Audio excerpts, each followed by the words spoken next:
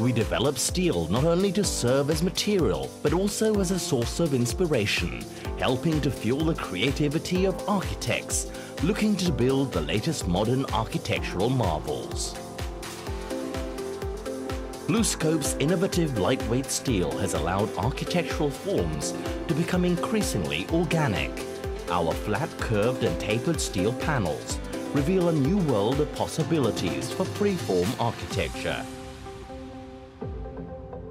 Once freed from the limitations of traditional materials, buildings can now be crafted precisely according to aspired values and aesthetics. Every building has the potential to become one of the world's iconic designs. Innovations in coated steel have helped improve its utility and beauty in all types of designs, from buildings to home appliances.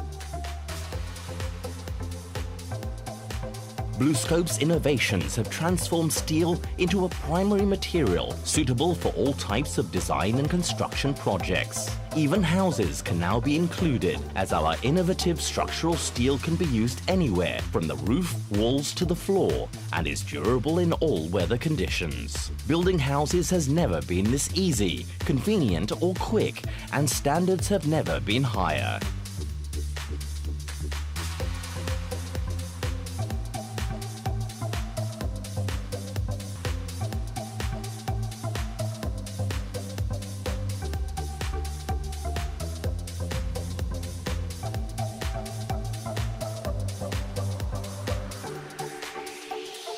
BlueScope will never stop developing and innovating. We want to push boundaries and help transform a great design into an architectural masterpiece recognized around the world.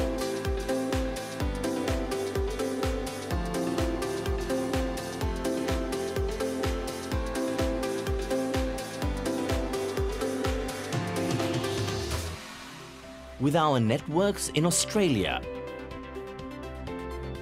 America, and Asia,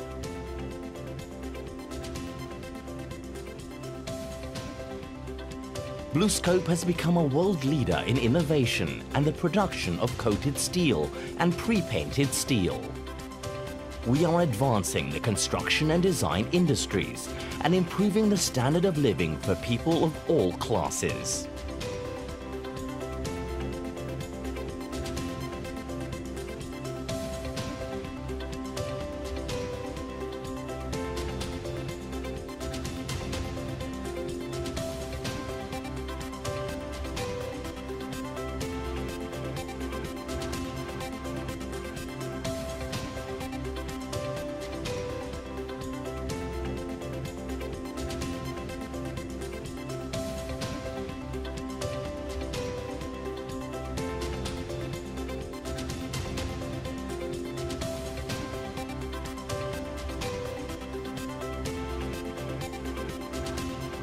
We manufacture the highest quality cold-rolled steel, coated steel, and pre-painted steel of beauty and unmatched durability. BlueScope has also set new safety standards in the construction industry. Our system, processes and equipment during installation put the safety of workers first.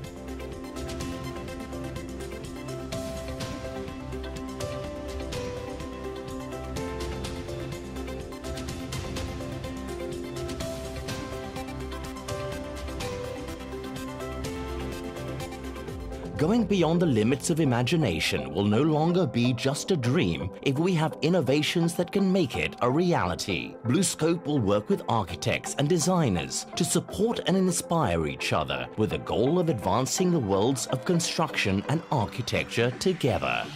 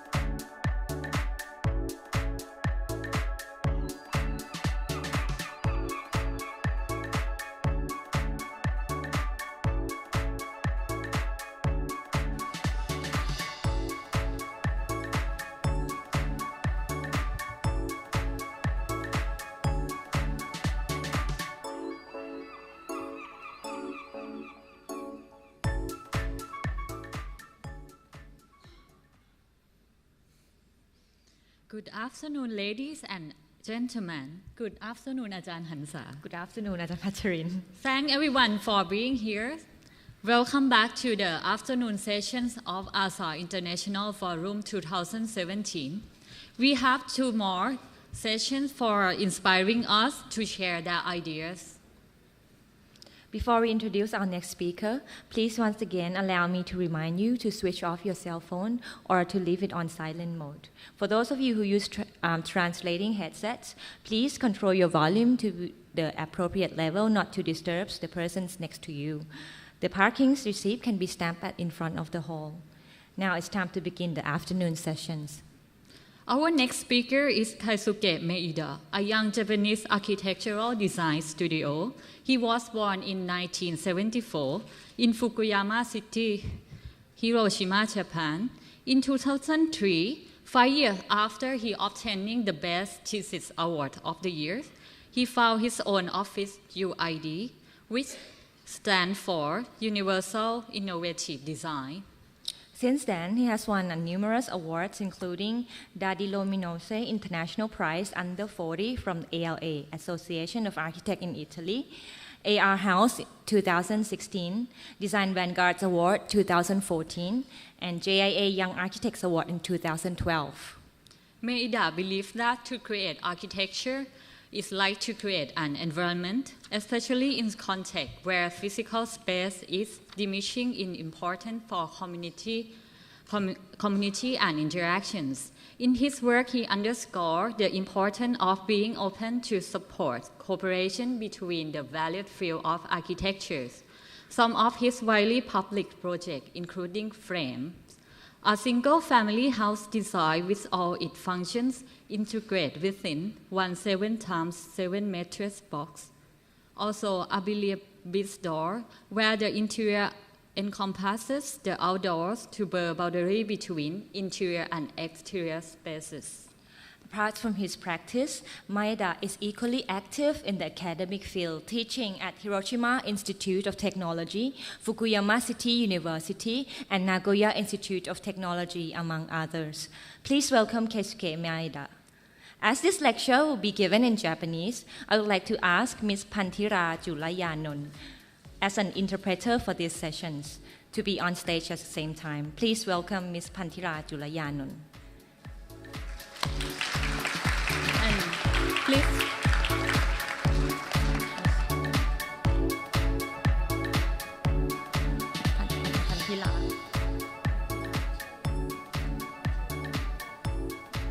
Okay.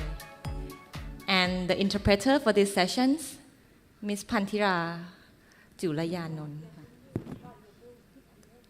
Oh, okay. I'm sorry. My apologies.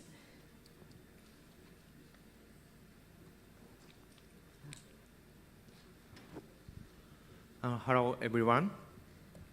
I'm Keisuke Maeda, architect from Japan. Is there anybody here who has been to Japan before? Oh, some. How about people who has been to Hiroshima Prefecture? How about Fukuyama City in Hiroshima Prefecture? Oh, nobody now.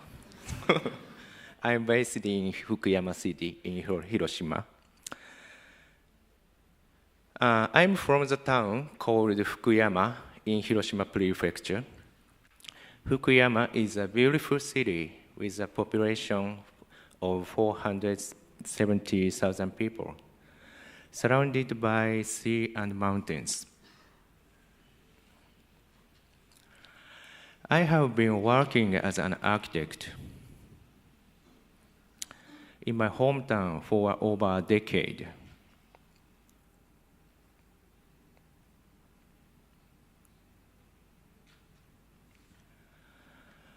To begin, I want to share a famous quote by Mr. Kitaoji Rosanjin, a well-known Japanese chef. He said, "Dishes are clothes for the food." This same concept can be applied to the relationship between architecture and gardens.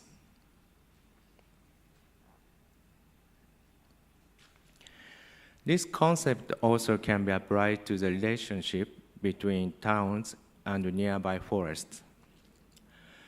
From these examples, they suggest there is a strong correlation that exists and each is indispensable to the other. Therefore, I don't think there are clear and definite boundaries between these relationships. For example, there are no clear boundaries between the oceans and mountains or the Earth's surface toward the sky and into outer space. Our natural surroundings are created by vague and unclear things. Now, let us consider how this can be applied to architecture. I firmly believe that it is very important to design something which is in harmony with nature instead of creating something that is clearly isolated from its natural surroundings.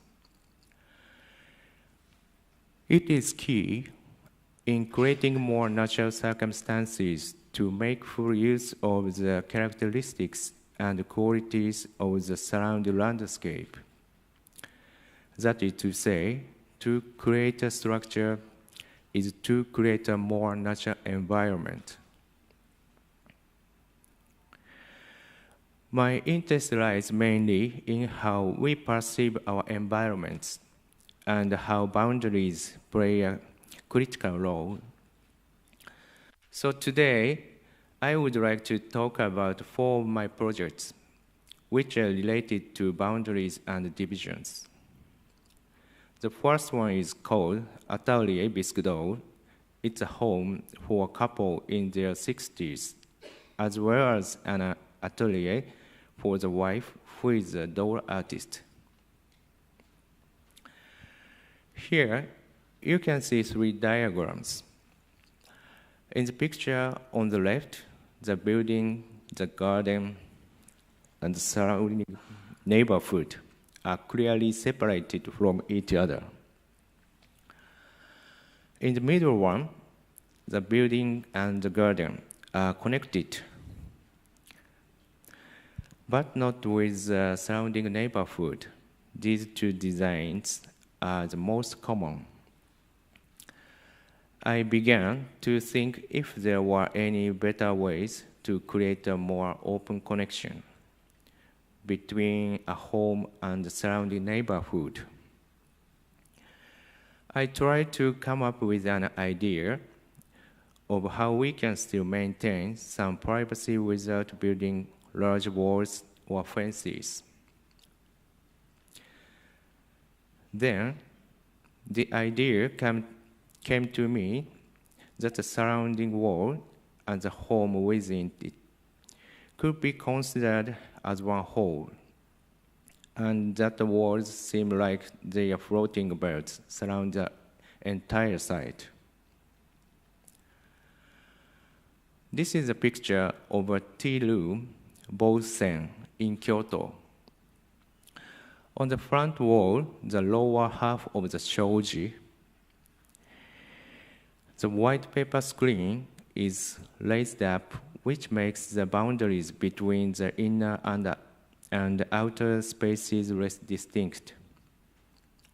Yet, you cannot see the whole garden because of the upper half of the shoji, which triggers our imagination.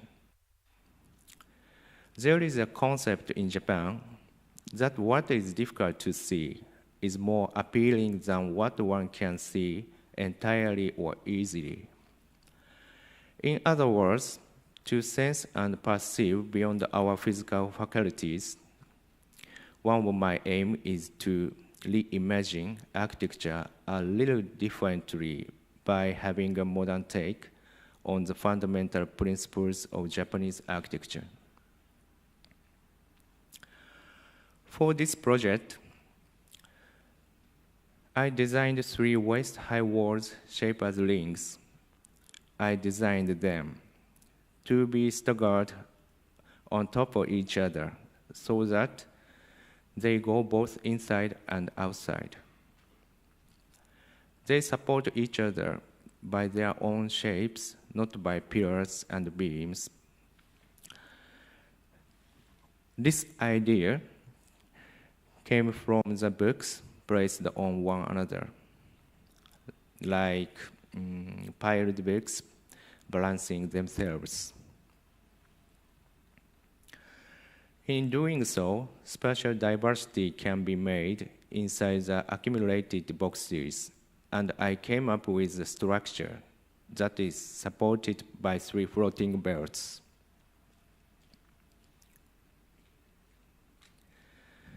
Now, please look at the left picture. Here you can see the site and its surrounding neighborhood. This site faces north, and both neighboring houses have a large garden space on the south side.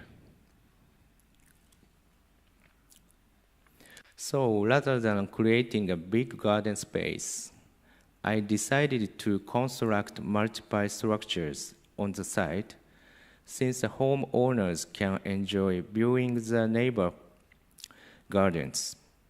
A sneaky idea, right? The atelier is put on the north side and the residence on the south side. Now, please look at the right picture. It is a section design of the site. The way the first belt is designed is to create less distinction between site and the public street. The second belt creates some privacy from the neighbors. And the third one connects the atelier and the home as one space. This design is like the structures came down on an already existing garden, or as if the structures and the garden were created at the same time. The structural framework is steel. Steel sheet sandwich panels are used for floating walls.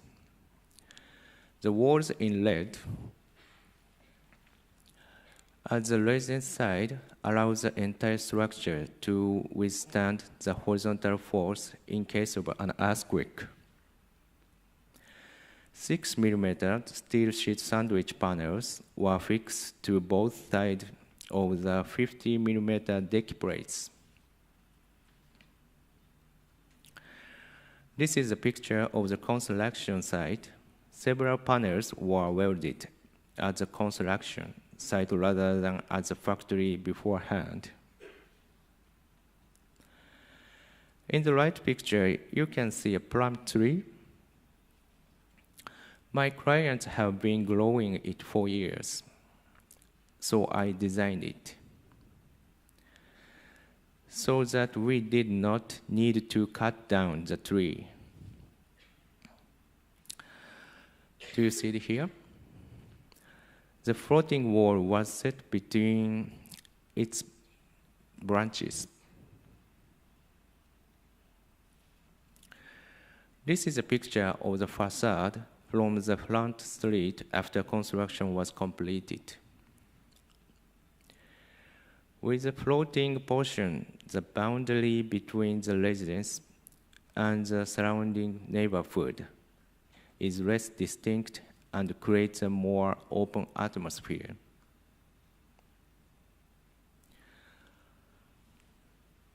You go in through the door in the center here. Of course, you can go in from anywhere if you crawl under it. From the side, you can see the 3 floating walls better. This image shows how they are balancing on one another. This is the sloped pathway approach from the outside to the atelier. The walkway inside the atelier gives the impression of being both inside and outside, and connects the atelier space and the residence. Diverse spaces are created among the 3 floating walls.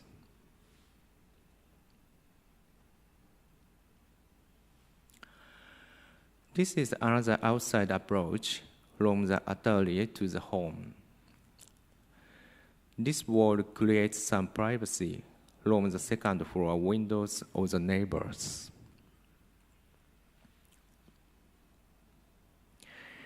This is a view from the living room. You see the garden over there? I made it so the clients can get a good view of the neighbor's garden. Again, not sneaky. By designing separated floors, walls, and roofs, the outside gradually becomes the inside, and it creates a more seamless and gradual connection of the inner and outer spaces.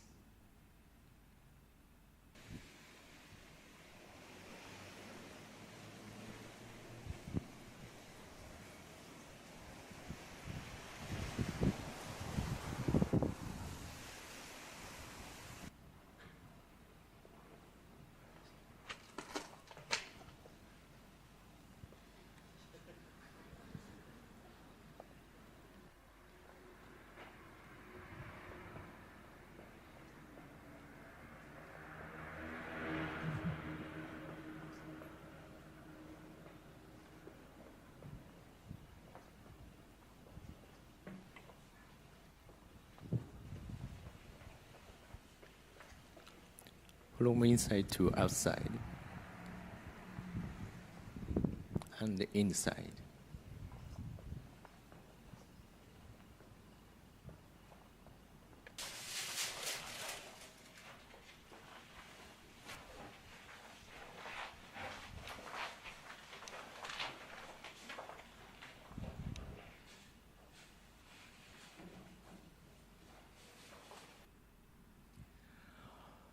The second project I would like to share with you today is a 2-family home called Cosmic. Cosmic is a 2-family home on the grounds of the client's grandfather's factory on an approximately 2,000 square meters site. I designed a residence and landscape that have several connections to the surrounding natural landscape. The idea was to create a space like an engawa, which is similar to veranda, instead of one large volume. So, several spaces were created by designing separated roofs similar to eaves rather than one big roof over one room. The aim was to design a structure that blocks direct sunlight in summer and lets in light in winter. This idea came from having a modern take on rows of traditional homes with tiled roofs.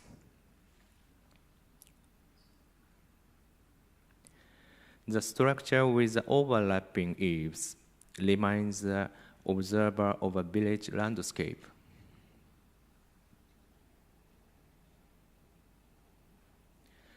Since this is a large structure, steel was used for the framework. However, since I wanted this residence to look like a wooden one, when it was completed, thinner pillars and beams were used. So, I designed them to be set close together and interlocking, like how wooden house would be built. In this way, the structure's large size would not compromise its strength and durability. This site used to be covered with asphalt, but has been transformed into something much more appealing that harmonizes with the surrounding greenery.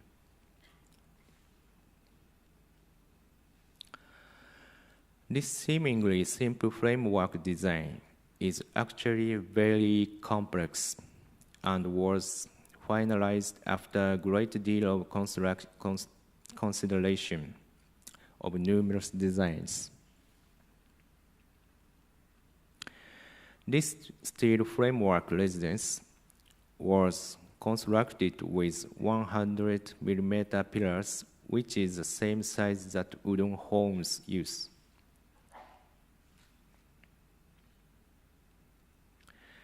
This is a picture before the factory was pulled down.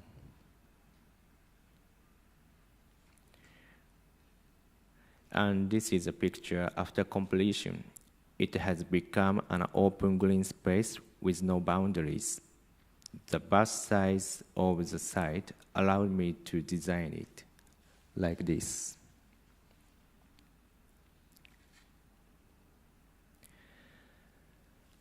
The 34 overlapping eaves from north to south make this construction more unique and different from just one large volume building.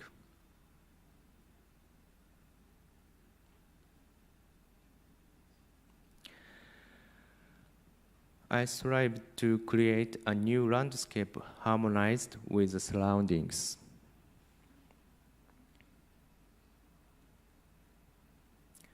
Main approach.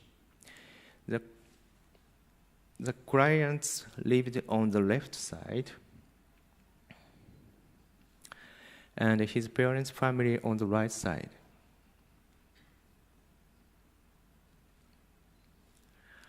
Now let's look at the interior, separating the ceiling of one living room into a few gives the residents the calming feeling of being both inside and outside. It also makes the room feel larger.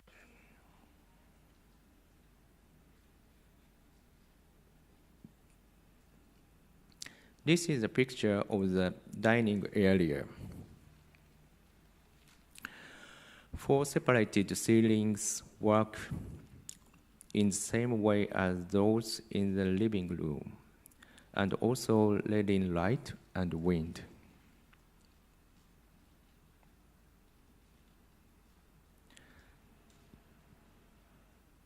Generally speaking, people who live in a bigger residence prefer higher walls around the site.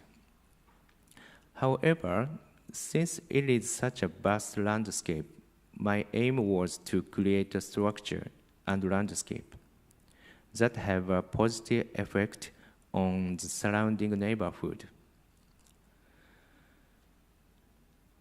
So, from the early stages of design, the landscaper and I discussed privacy and security issues with the clients. There weren't many people around this area prior to this project, but after completion, there's been a noticeable increase in the number of people who walk or jog around the site. As a result, the increased foot traffic has contributed to making the property more secure as well.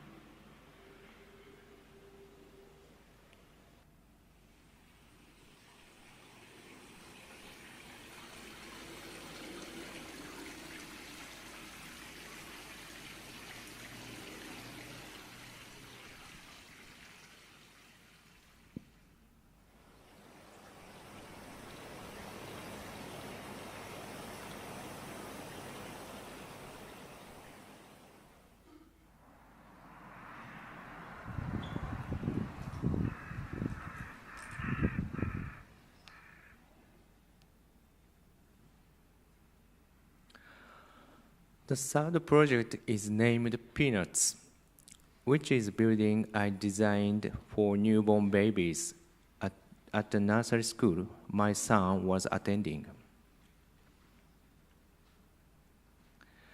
This structure has been there for the last 4 decades with constant remodeling and expansion. The name of nursery school is Tsukushi Nursery School. Why did I have my son enter Tsukushi Nursery School?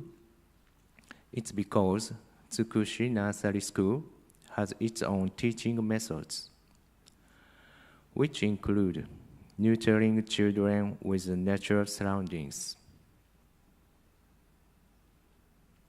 For example, they have an annual event at the end of summer, on the last day of swimming lessons. Toddlers are taught the basic biology of eels in the morning. They then try to catch the eels released into the pool.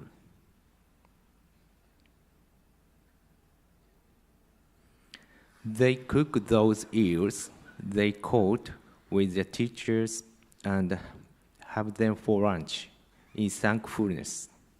I know it sounds gross, doesn't it?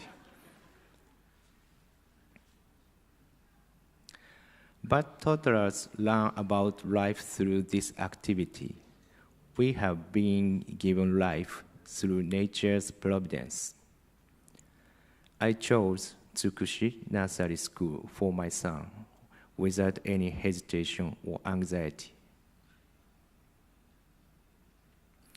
One day, the principal of Tsukushi Nursery School asked me to design a building for newborn babies. And I just happened to be both an architect and the father of one of the children at the nursery. The surrounding environment was not ideal. To the north, there were a few empty houses. And to the east, a 5-meter wall. To the north, 5-meter wall. So I thought building something behind an existing nursery school would make the circumstances worse for the children.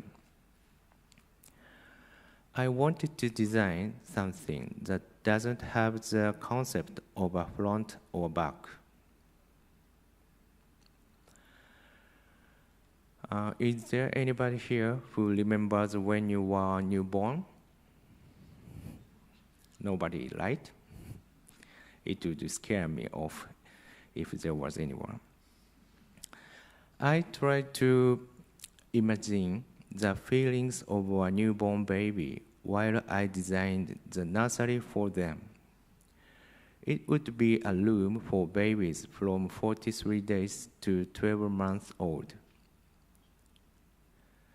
They still can't talk or walk. It doesn't mean they would prefer to be isolated quietly at the nursery school. It's true. They still can't communicate in words, yet they are very capable of learning many things from their environment.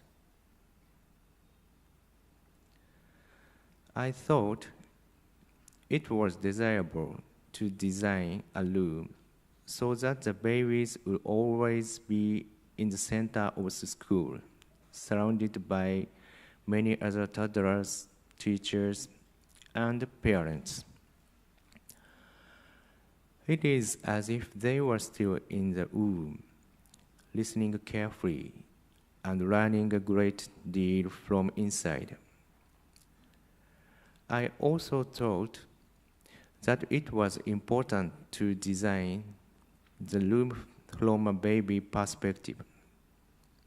The reason being, I believe that they can develop and enrich their emotions by exchanging smiles not only through an adult's eyes, but through a baby's eyes.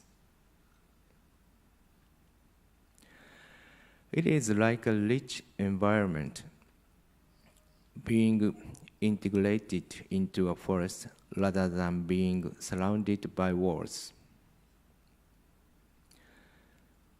The room will be most comfortable and ideal for babies only when we create the room where they can have an interactive dialogue, not only with other people, but also with plants and animals. 8 hours at the nursery school is very long for babies. It is the circumstances where nature continuously flows and changes that come from a baby's character, even though those babies may not remember those precious moments. I designed the building Peanuts, where we can raise healthy children.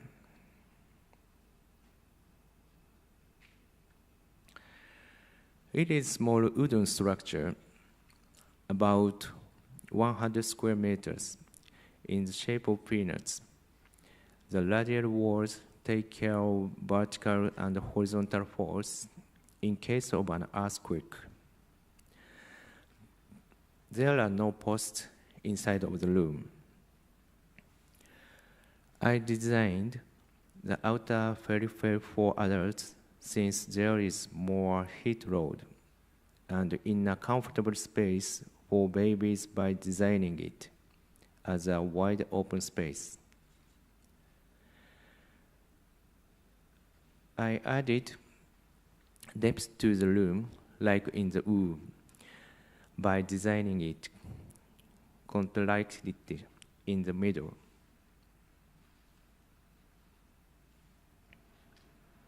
There is no play equipment in the baby's room, since play equipment doesn't exist in forests. I designed the floor non-horizontally on purpose so that toddlers can walk, sit, and lay down, as if they were doing so on natural landscape.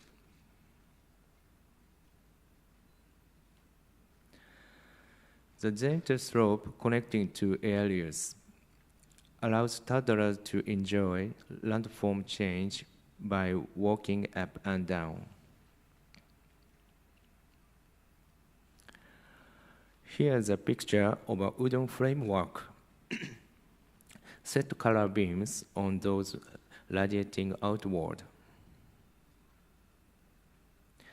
Outside louvers are made of laminated wood with some curvature. This is a picture of a cross-section direction. I sloped those top boards with taking rain into consideration.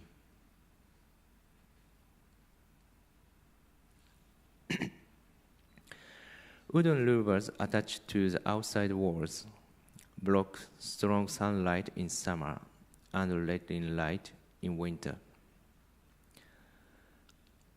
They work not only as a filter for isolation, but also as reflector for the shadows of plants.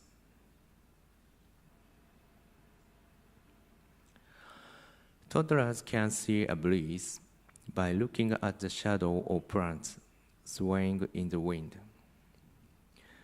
Toddlers can also experience the breeze with their 5 senses. I focused attention on an underground channel on school premises. The water table rises in summer, so I designed a brook that comes out only during summer.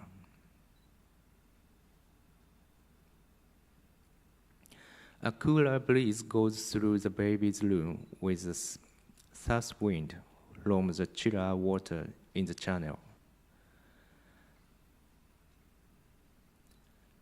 I also took indoor thermal environment into consideration by harnessing natural energy as possibly as possible.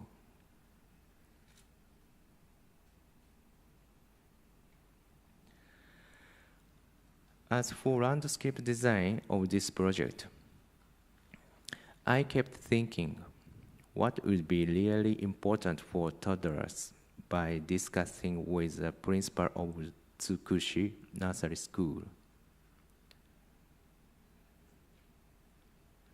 The theme is a nursery school garden, which can increase toddlers' sensitivity, as if they were raised in more natural surroundings, like forests and mountains.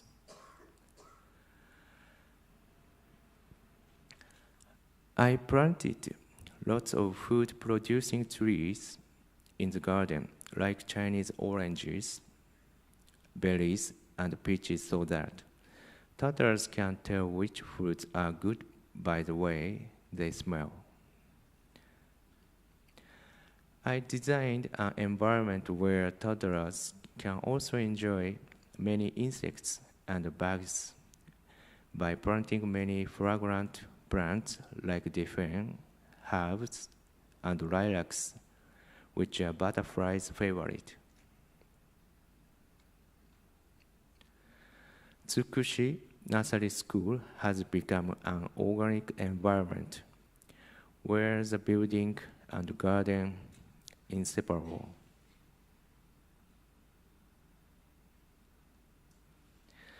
Toddlers walk and run around actively around the babies, and the babies can hear their laughter and conversations all the time.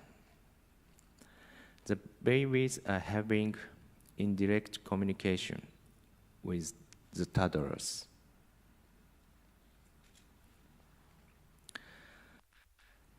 This is a picture where babies are being washed and cleaned. Another toddler standing in front of the baby learns about his own body by looking at another's body.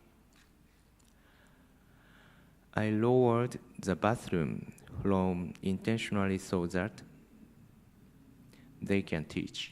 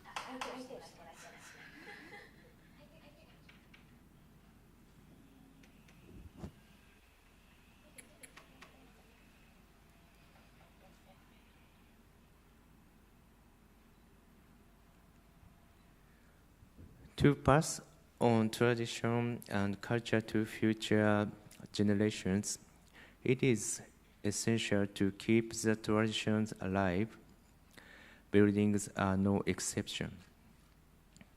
They need to be actively used and cared for.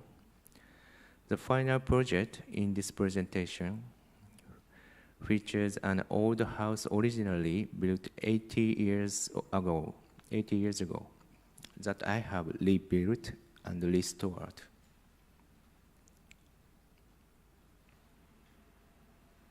It was located at old town named Tomonoura in Fukuyama City, which prospered as a key port town.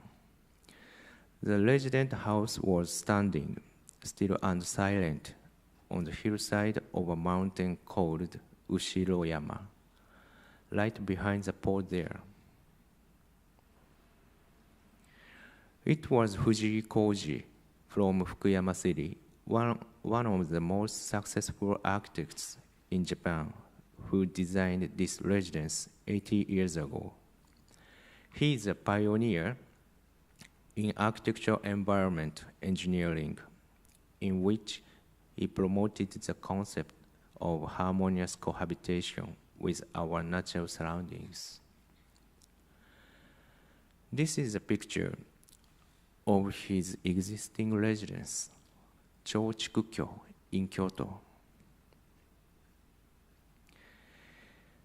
He created very Japanese-like natural surroundings by merging beautiful principles of traditional Japanese architecture with those of Western architecture. This is a picture of the characteristic sunroom of the residence I restored. This space can be used as a sunroom in winter and engawa, veranda-like porch, in summer. The only remaining residence, Fujii Koji, designed in Fukuyama City, was found 8 years ago. It was located on the hillside of mountain Ushiroyama, from where we can see the beautiful Japanese inland sea. However, 2/3 of the residence had already fallen apart when it was found. The new owner, who purchased the site 80 years ago, planned to have the house torn down, since he could not find anything worthwhile on the house. However, the new owner found out it was a residence Fujii Koji had designed, so he came and consulted with me. I was not sure at all if I could restore this residence when I saw it for the first time. Yet, I decided to recreate this residence, since I thought that we couldn't enjoy our culture without passing achievements of our predecessors down the generations. So, I started to design the residence with following these 3 steps. First, to examine the current condition carefully and select the reusable materials. Second, to respect architect Fujii Koji and create something new. Third, to design it as well as possible while on a budget.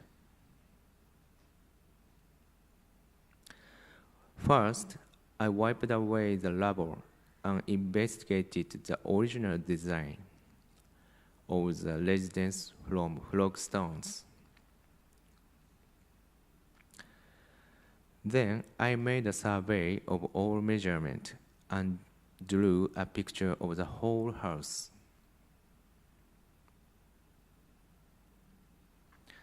After all, I decided to restore the characteristic south-facing sunroom as it originally was. I made a new floor plan, taking into account the original design. I decided to use the original materials as much as possible too. I also decided not to paint new materials so that people could distinguish the original materials from the new ones. It took me 3 years to complete the final design.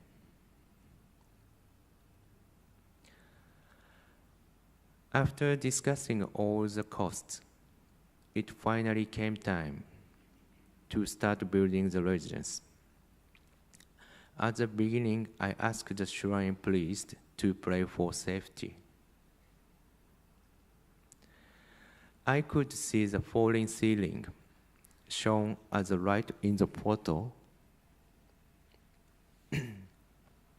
The gate was down. The storehouse was collapsed. The chief priest must have felt so uneasy. The chief priest sounded desperate and made a strange noise, yay.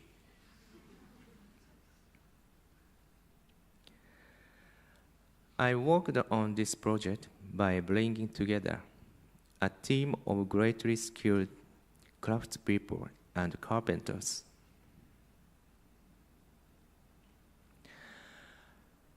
I designed a residence that looks like it used the traditional method of construction, yet adapted modern method for structural performance.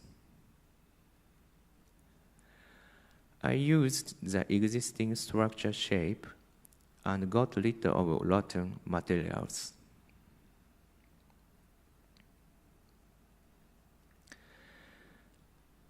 The construction site is located at the end of a street which was too narrow for some big trucks to drive through. So concrete placement was very difficult. We created joints with over 100 meters of pipes. This is a picture showing new and old ridgepoles that were finally combined. We could not reuse the laminar material of the back of the eaves once we removed those. So we had to carry out repairs very carefully by hand to those parts.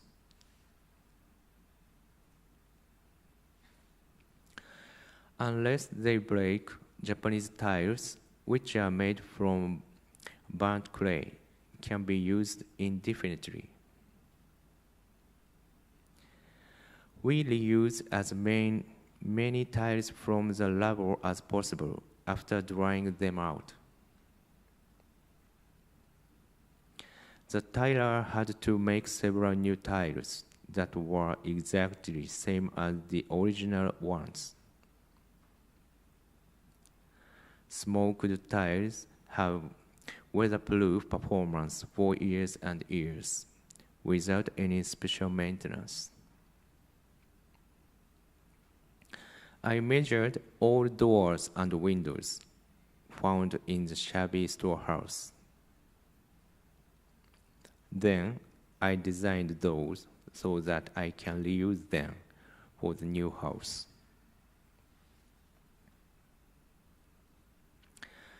I asked plasterers to reuse the soil of remaining earth wall. I also used the soil of this land and managed to make the plaster that suits this site most. I made many samples to try it out. Then decided on the best color.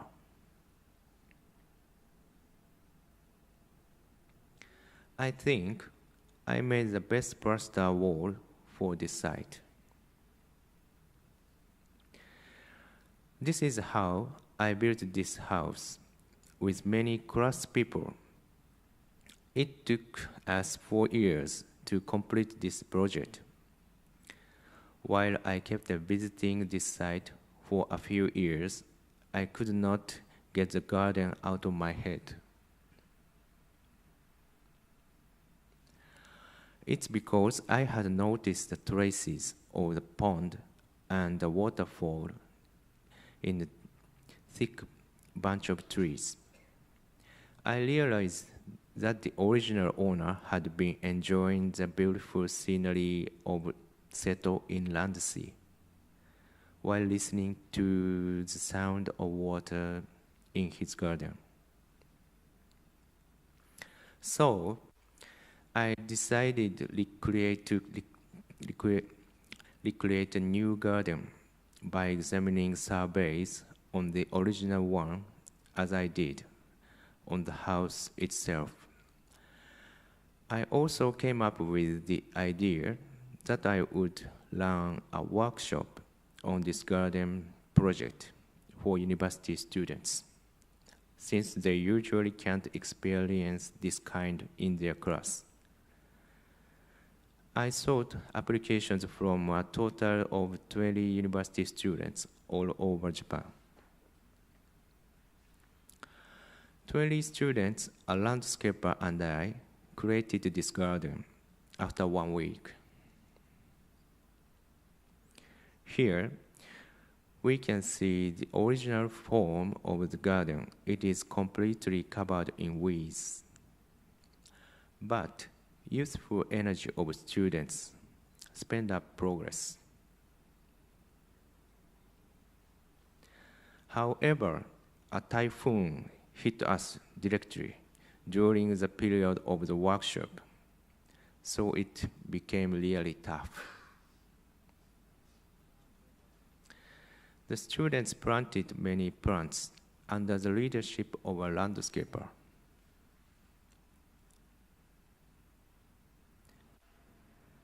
My client also attended on the last day of the workshop, and everything was completed in the rain. After a long 80 years, this site was recreated as Ushiroyama Sanso and was a result from a collaboration of many class people and students. Sunroom, a living room with reused ceiling material and other stuff. Looking in the direction of the sunroom from a dining room, Engawa veranda-like porch connecting garden and the living room. It is a very blessed space where people can enjoy the changing of seasons, such as the autumn color of leaves and the snowy landscape during winter.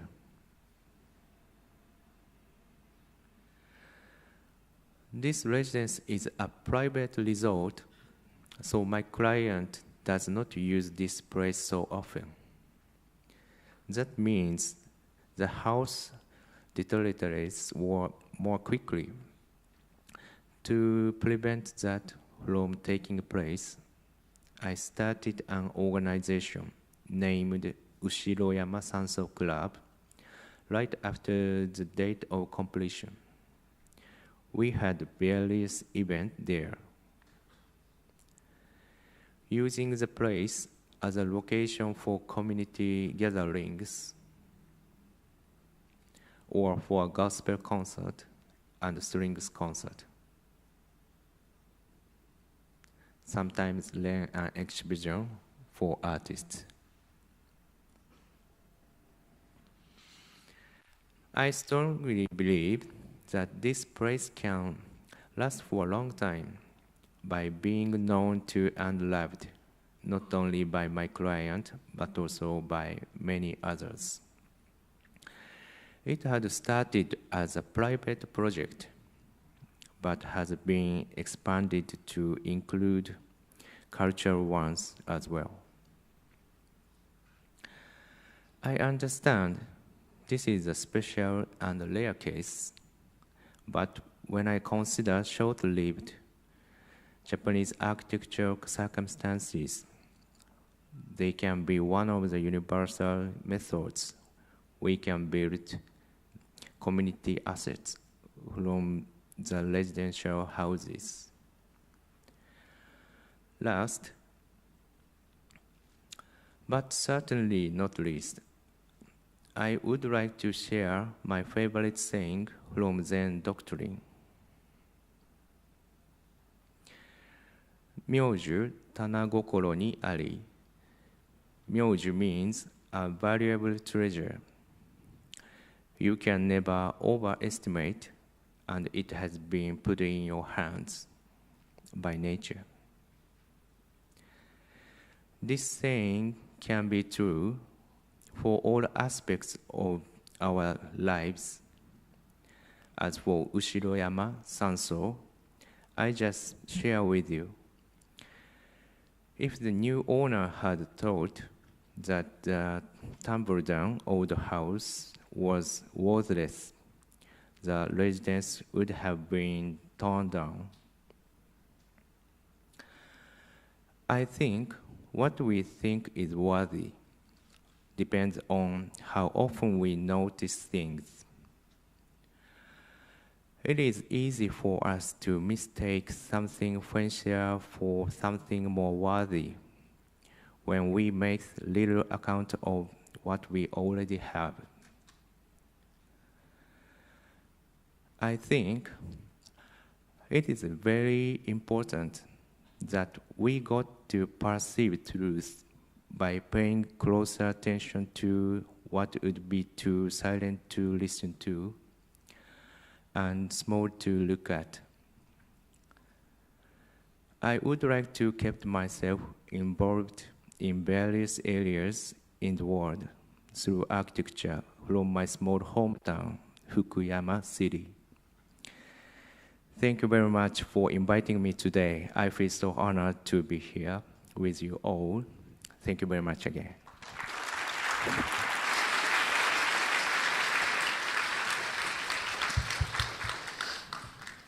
Thank you so much, Kun Kaisuke Maeda, for an impressive presentation. Now it's time for our Q&A. Our staff will give each of you a small piece of paper. For those who have questions, please return it into your nearest staff, or you can ask the question directly from the standing microphone in the middle of the aisle, or you can have the microphone from the staff too. Now, please welcome Mr. Chatpong Chunudimon, the moderator of the sessions, and also Ms. Pantira Julayanon for the interpreter.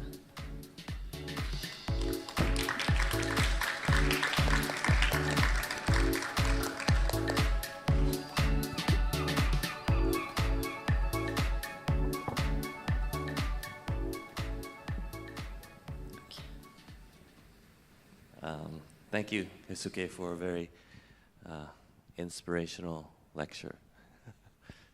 I'll wait for her to translate. Okay. Personally, I really wanted to see your work this year. Your house for a doll maker is one of my favorite houses. My pleasure. My first question, I like you first describe architecture with the word unclear, which I think is very interesting, and how you create boundaries that aren't clear but are actually ambiguous in your projects is one of the most intriguing things for me. Can you speak more about that? Maybe from specific projects, maybe one of the 4 you've done?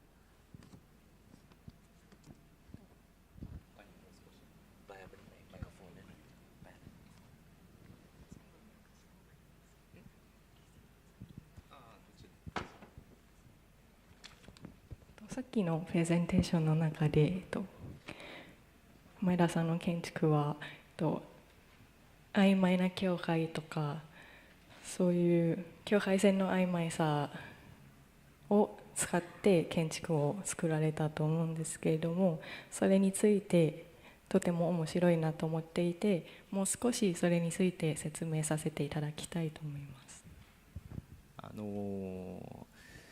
おそらくですけど、日本ではその教会っていうその物理的な人工的な教会というよりは心の中でその教会が作れるんだと思うんですね、日本人は。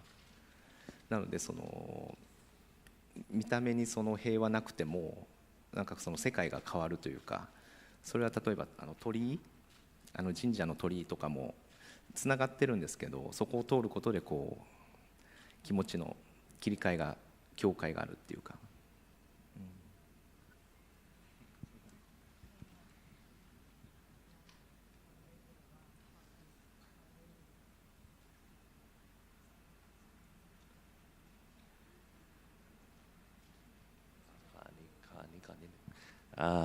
He said in Japanese culture, the idea of boundary is really understood internally by the heart or your internal sense.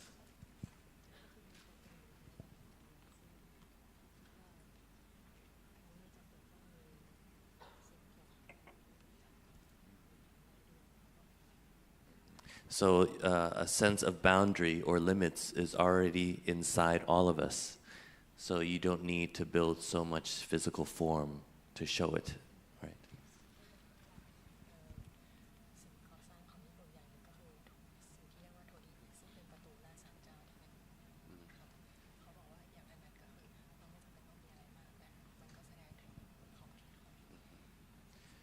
So, and one of the examples in Japanese architecture is the gateway,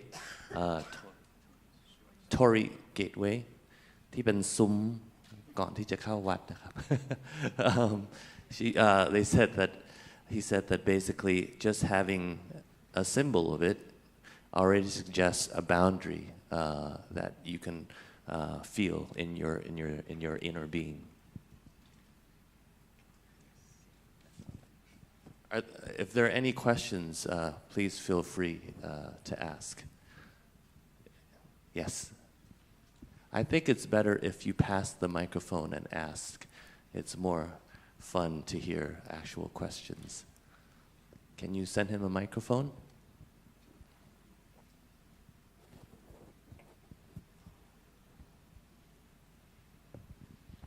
I don't need one. Okay.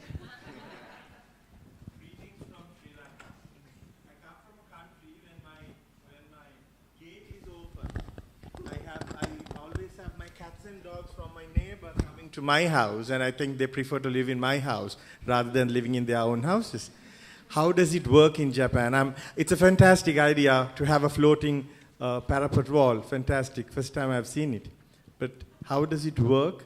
And also security-wise, you did mention about security in another project.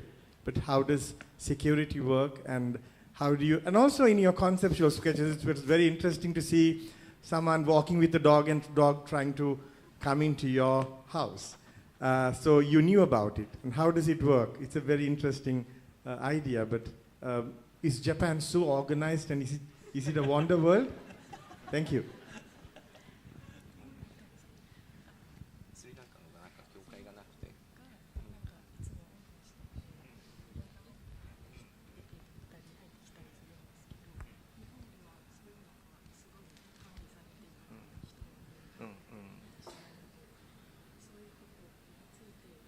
Ah,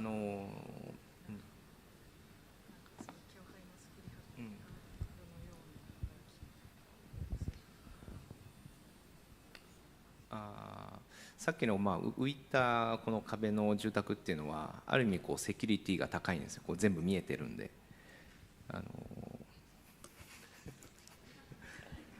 それを接種に説得するのがまた建築家の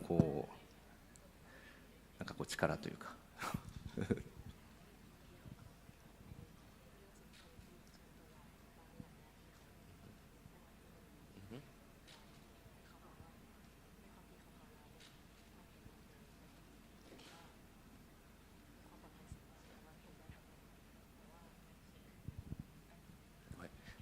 He said that, for example, in the first house, it could be his own personal opinion, but he says that the fact that you can see everything already makes it secure. Yeah, think about it. It's very deep. It's very Japanese. I love it.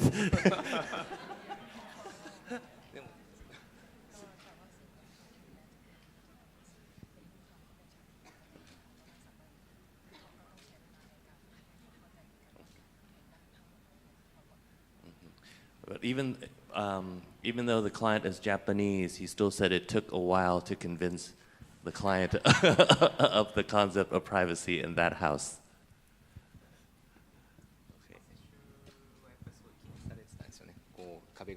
You can talk.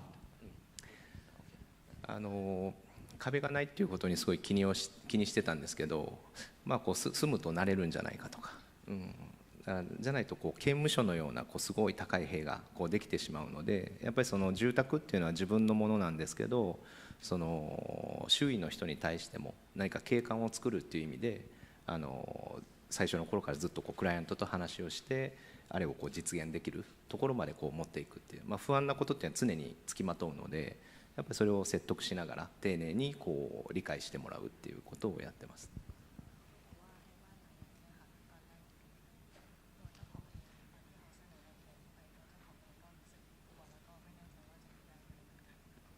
The first time he presented this concept to the first client, he said the client was very scared.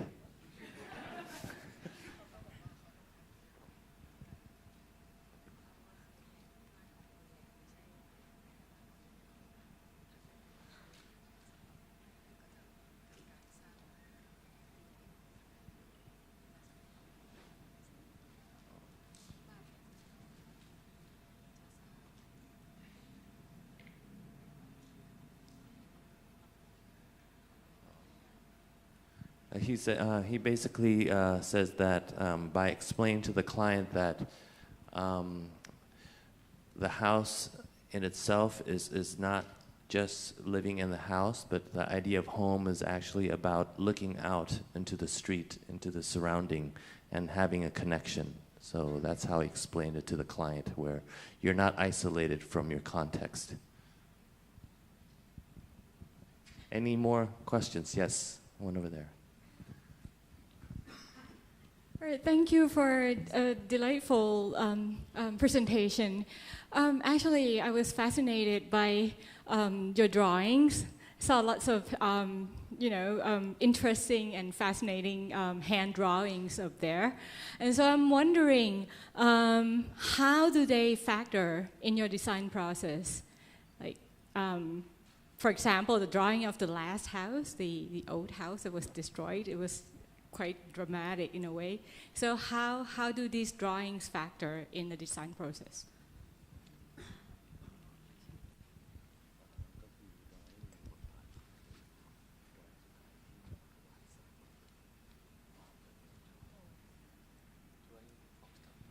先ほど見せていただいたいろんなプロジェクトにたくさんのスケッチがなされてからプロジェクトに移ったと思うんですけれども、それがとてもいろんなスケッチが魅力的だなと思っていて、それで一番気になったのは、それらのスケッチは実際の作品にどういうふうに生かされているのかについて聞きたいです。まあ、やっぱりそのクライアントのもちろん要望と、あとその敷地の状態というか、そこからどういうふうにこう建築を、まあ、住宅だったらこう作った方がいいのかとか、そういうことをやっぱり考えていくと、まあ、そのスケッチでもいろんなもちろん光を考えているスケッチもあれば、先ほどのようにこう軒のような作り方をすることによって光を夏は遮りながら冬は取り入れたりとか、やっぱりまあ敷地にこう立つことでそのいろんなイメージとかそういうのをこうスケッチにこう書き留めて、それをまあ実現していくっていう。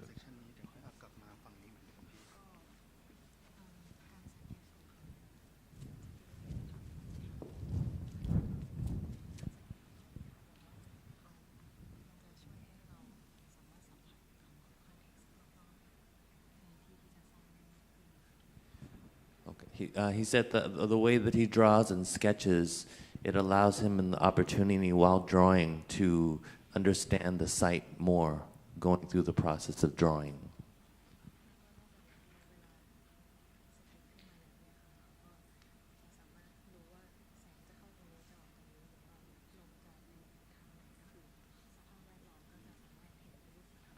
And while he's sketching, he actually figures out and feels the wind coming through from one direction or the sun coming through from another direction. So he understands intimately the forces of nature while drawing.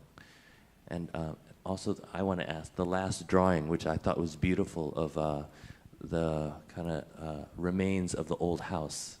What did he learn from that?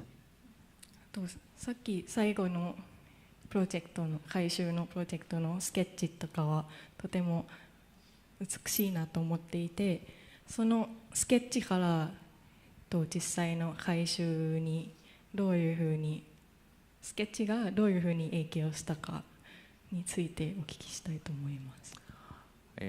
ああいう改修、古いものを扱う改修のプロジェクトっていうのは非常に難しくて、スケッチも大事なんですけど、やっぱりもうそのものを見てその材料をどう生かせれるか、捨てるべきなのか生かすべきなのかっていう、あくまでスケッチは全体のイメージをサポートするものであって、やっぱりああいう改修は一つずつその材料を見ながら判断していくっていうのがやっぱり難しいところですね。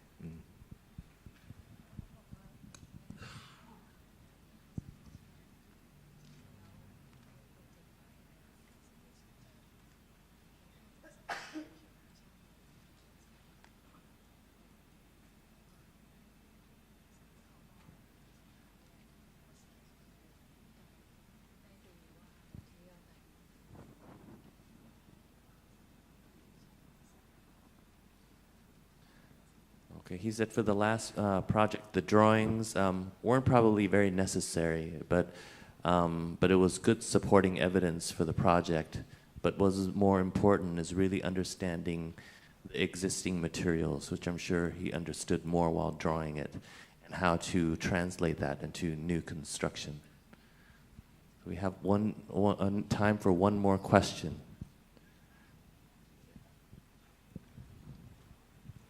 Hello. Hi. Actually, first of all, can I just sort of show appreciation for this setup? I find it to be a very good metaphor for blurring of boundaries. It's not very clear where, I'm not sure what's going on up there. Does it go from English to Thai and Japanese? And it's great. It's all very blurry. Oh, yes. I'm sure. So the question is more about your last project that you showed up there. I wondered how you navigate sort of the old and the new, how that balance works. You mentioned a little bit about materials, and you said you were painting the new but not the old or something like that. It's quite different to your newer, your complete new builds that you've showed, the first two, something like that. So, yeah.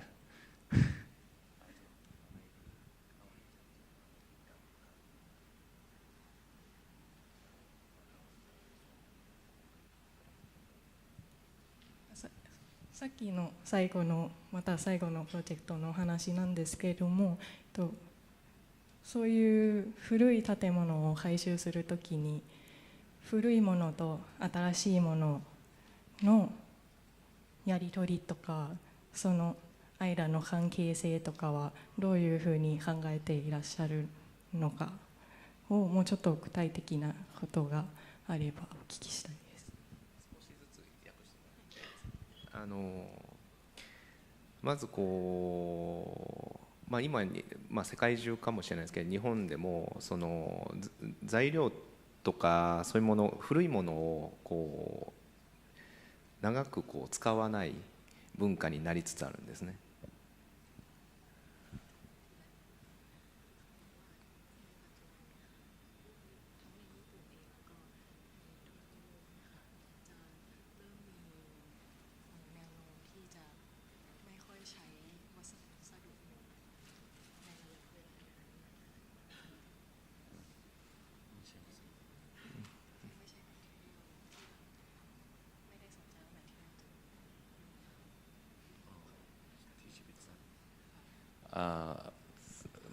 Basically, he's saying that it'll have to be in short increments, but he says that there's a trend right now in preservation or just in recycling materials and not using materials that have a long life.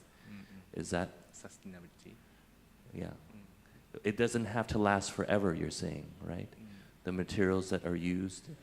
そのなんていうのかな、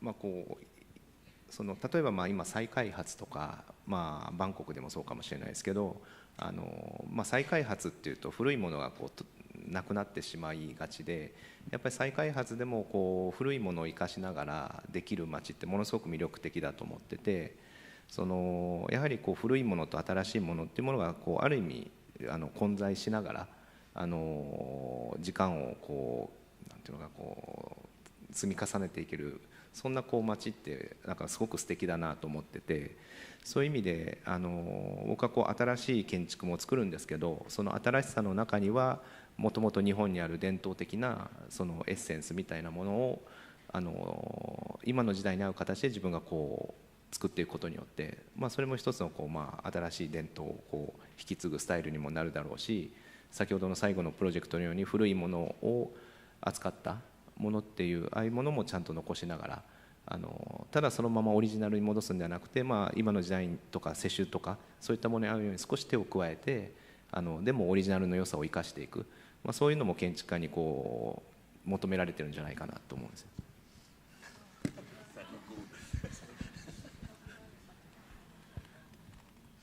พูดภาษาไทยเลยไหมอธิบายได้เลยเอาเลยไม่หรอกคำถามสุดท้ายเอาเลยเขาอยากฟังเราแล้วล่ะเขาไม่อยากฟังพี่แล้วล่ะค่ะก็คุณไมดาซังที่เมื่อกี้พูดก็คือเขาบอกว่าในปัจจุบันเนี้ยค่ะการพัฒนาพื้นที่หรือการสร้างสิ่งก่อสร้างต่างๆขึ้นมาอย่างหนึ่งส่วนใหญ่ก็คือจะทำลายสิ่งเก่าที่มีอยู่แล้วก็สร้างใหม่เลยแต่ในความคิดเห็นของเขาเองเนี่ยเขาคิดว่าเมืองหรือว่าเมืองที่มีความเก่าและความใหม่ผสมกันอยู่เนี่ยถือว่าเป็นคิดว่าเป็นเมืองที่มีเสน่ห์กว่ามากแล้วเขาก็คิดว่าในฐานะที่เป็นสถาปนิกเนี่ยค่ะเขาก็มีหน้าที่ที่จะสืบสานแล้วก็เชื่อมต่อระหว่างสิ่งเก่ากับสิ่งใหม่เข้าด้วยกันด้วยค่ะ I'll translate in English after the party. Whoever wants me to translate, but I think we're over time. But great discussion. Nobody else wants to ask, right? Should we do one more, or there's so much interest in your work? Last question. Okay. Yeah, thank you very much for your beautiful presentation. I would like to have a very short question. Yeah, since your work is so beautiful and your feeling also beautiful, I believe that your heart is also beautiful. Then I would like to ask you one question. What is your belief? What is your belief?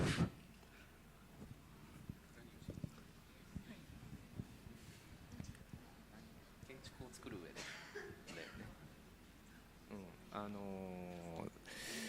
何を信じてるかっていうと、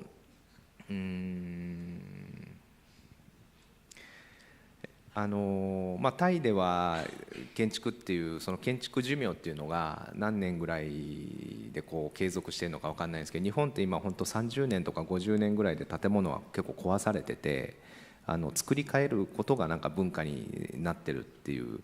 だからやっぱり僕はこう建築っていうのは人がこう何か受け継いでいく、先人が作ったものをなんか今の時代を生きる僕らがそれを使っていく。でそして今度次の世代がそれをこう使っていくっていう、やっぱりそういう時間を経たものっていうことがやっぱり文化だし、そういうことがこう僕は建築やってて素晴らしいことだと思うし、だからそういうものをやっぱりこう信じる、それは人が建築を使っていくっていう力をこう信じたいなって、そういう建築を作りたいなと思います。ค่ะก็เขาก็เชื่อว่าคือเขาบอกว่าไม่ทราบว่าในเมืองไทยเนี่ยค่ะเรื่องอายุการใช้งานของอาคารแต่ละชิ้นเนี่ยจะมีอายุการใช้งานประมาณเท่าไหร่แต่ว่าในญี่ปุ่นเองค่ะวัฒนธรรมญี่ปุ่นก็จะมีก กำหนดคร่าวๆอยู่ว่าอาคารหนึ่งเนี่ยก็จะมีอายุประมาณ 30-50 ปีนะคะแล้วก็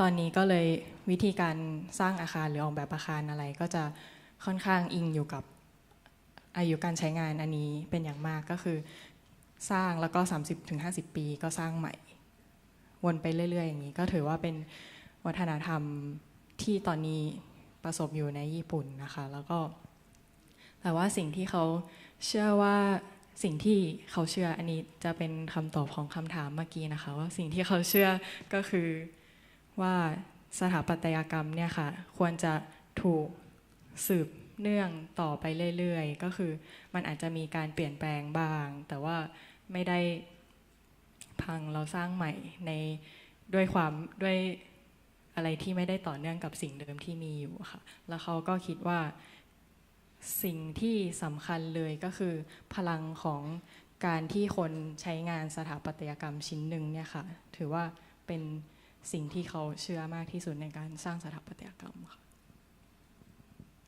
Very quickly, I'll translate in English real quick. Basically, the first point was about in Japan. He doesn't know how it is in Thailand, but in Japan, there's an understanding that all buildings have a lifespan of about 30 to 50 years. So the selection of materials is according to that definite finite lifespan, right? And the second point is, for him as an architect, his belief is that when you build a building and you demolish a building, it isn't just processes that are separated, but there has to be a continuity that ties all buildings together through their different ages. And as an architect, he believes in the power of architecture as to create an impact on life. Jack, you want the last question? Really last question. Yeah? No? Yeah. That can be very short and very easy. I enjoy a lot of your work. I like your work. Congratulations. Just want to ask about the color, the whiteness. White color? Did you do the first project because it's contrast with nature, or it transform domestic life to nature, being framed on nature, or you do it because it's fashionable for a Japanese architect to do it white? もともと白はYou understood. I hate white 白は嫌いなんですけど、基本的にはこうエイジングする材料っていうか、こう時間をまとっていける材料が好きなんですけど、今日お話しした2つのプロジェクトは、自分が作ってる中でも結構珍しい白を使ってる建築で、白ってすごい存在感があってあまりこう好きじゃないんですけど、あれだけ自然の中で作っていく時にはその白があるからよりこう自然が引き立ったり、その自然があるからその白い何かその存在が少し程よく気になったりするっていう意味では時々ああいうこう白っていうのを使って、ただこう箱のような時に白はあまり使わないというか重たくこう感じるっていう、普段は木を使うことが多くて。จริงๆแล้วเขาบอกว่าเขาเกลียดสีขาวมากนะคะ แต่ว่าในงานชิ้นแรกเนี่ยค่ะเพราะว่าที่เขาไม่ค่อยชอบเขาในงานชิ้นแรกเนี่ยค่ะเขาบอกว่าที่ใช้สีขาวเนี่ยค่ะเพราะว่าหนึ่งก็คือมันจะช่วยทำให้สภาพแวดล้อมก็คือบ้านหลังนั้นเนี่ยล้อมรอบไปด้วยธรรมชาติและต้นไม้จำนวนมากก็ถ้าการใช้สีขาวเนี่ยก็จะช่วยให้ต้นไม้เหล่านั้นเด่นชัดขึ้นและในขณะเดียวกันสีขาวก็จะมีความชัดเจนขึ้นมาอีกระดับหนึ่งเมื่ออยู่ในธรรมชาตินะคะแล้วเขาก็บอกว่าอีกอย่างหนึ่งที่เขา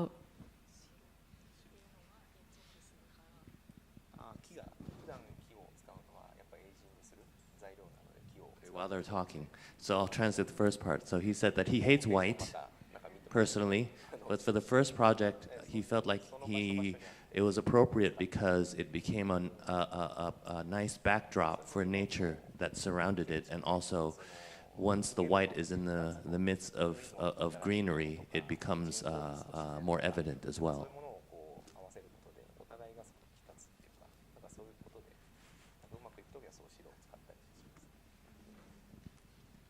ก็จริงๆแล้วค่ะวัสดุที่เขาชอบมากกว่าก็จะเป็นวัสดุที่สามารถมองเห็นการค่อยๆผ่านการเวลาของมันไปได้นะคะแล้วก็จะเห็นได้จากผลงานชิ้นอื่นๆอาจจะดูได้จากในเว็บไซต์นะคะว่าจริงๆแล้วก็ไม่ได้มีผลงานสีขาวเยอะขนาดนั้นค่ะก็ค่ะก็เขาก็จะจริงๆแล้วเรื่องสีก็จะค่อนข้างดูกับบริบทโดยรอบด้วยว่าอันนี้จะเหมาะกับสีอะไรหรือสีอะไร For him, his preference is to choose materials that actually ages and shows patina and shows the age over time, which you can check out on his website. Yeah. So I think that's it. Right. Thank you, everybody, and thank you, Keisuke, for inspirational work. Thank you. Thank you, Nong Fai, for translating. So I think now we're going to give Keisuke a party. Yeah. Thank you, Keisuke Miida, Mr. Chatpong Chulidimon, and Miss Pantira Julayanon. Now I would like to invite Mr. Chatpong to give a token of appreciation for our speaker, please. Hi.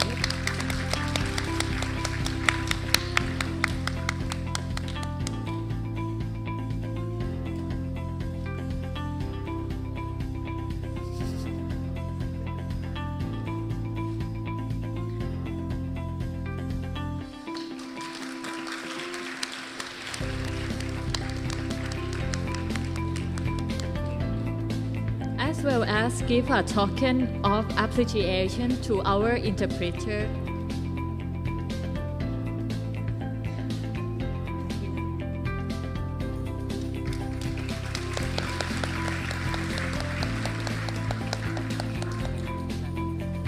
Okay, I will switch back to Thai again for a really short, but I hope it will be effective PR news. So มีข่าวสารประชาสัมพันธ์จากอาสานะคะซึ่งทางสมาคมจะขอเรียนเชิญสมาชิกและผู้สนใจร่วมกันนำเสนอบ้านที่ถูกออกแบบให้สอดคล้องกับพัฒนาการและความเปลี่ยนแปลงในช่วงรัชสมัยแห่งการครองราชย์ของในหลวงรัชกาลที่ 9 ระหว่างปีพ.ศ. 2489 ถึง 2559 เพื่อดำเนินการรวบรวมและตีพิมพ์ลงในหนังสือบ้านในรัชสมัยของในหลวงรัชกาลที่ 9 โดยสมาชิกและท่านผู้สนใจสามารถดูข้อมูลเพิ่มเติมได้ที่อาสาเว็บไซต์แล้วก็อีเมลที่ขึ้นไว้บนหน้าจอนะคะโดยมีขั้นตอนคือถ่ายรูปแบบบ้านในสมัยรัชกาลที่ 9 สแกน QR code และจากนั้นก็อัปโหลดขึ้นไปบนเว็บไซต์ค่ะค่ะและอีกหนึ่งโครงการที่จะขอประชาสัมพันธ์คือโครงการ Halodeck Architects สำหรับสถาปนิกและนิสิตนักศึกษาซึ่งเป็นส่วนหนึ่งของโครงการอาสาไดอะล็อกนะคะโดยมีวัตถุประสงค์เพื่อส่งเสริมสร้างกิจกรรมทางวิชาการรูปแบบต่างๆประกอบไปด้วยการจัดนิทรรศการการอบรมเชิงปฏิบัติระยะสั้นและการสัมมนาเชิงวิชาชีพและวิชาการโดยจะมีการบรรยายจากสถาปนิกชื่อดังนะคะบริษัท Halodeck ที่สถานทูตออสเตรียในวันที่ 14 มิถุนายนนี้และจัดเวิร์กช็อปตั้งแต่วันที่ 17 มิถุนาถึง 30 กรกฎาคมสามารถสมัครได้ตั้งแต่วันนี้นะคะ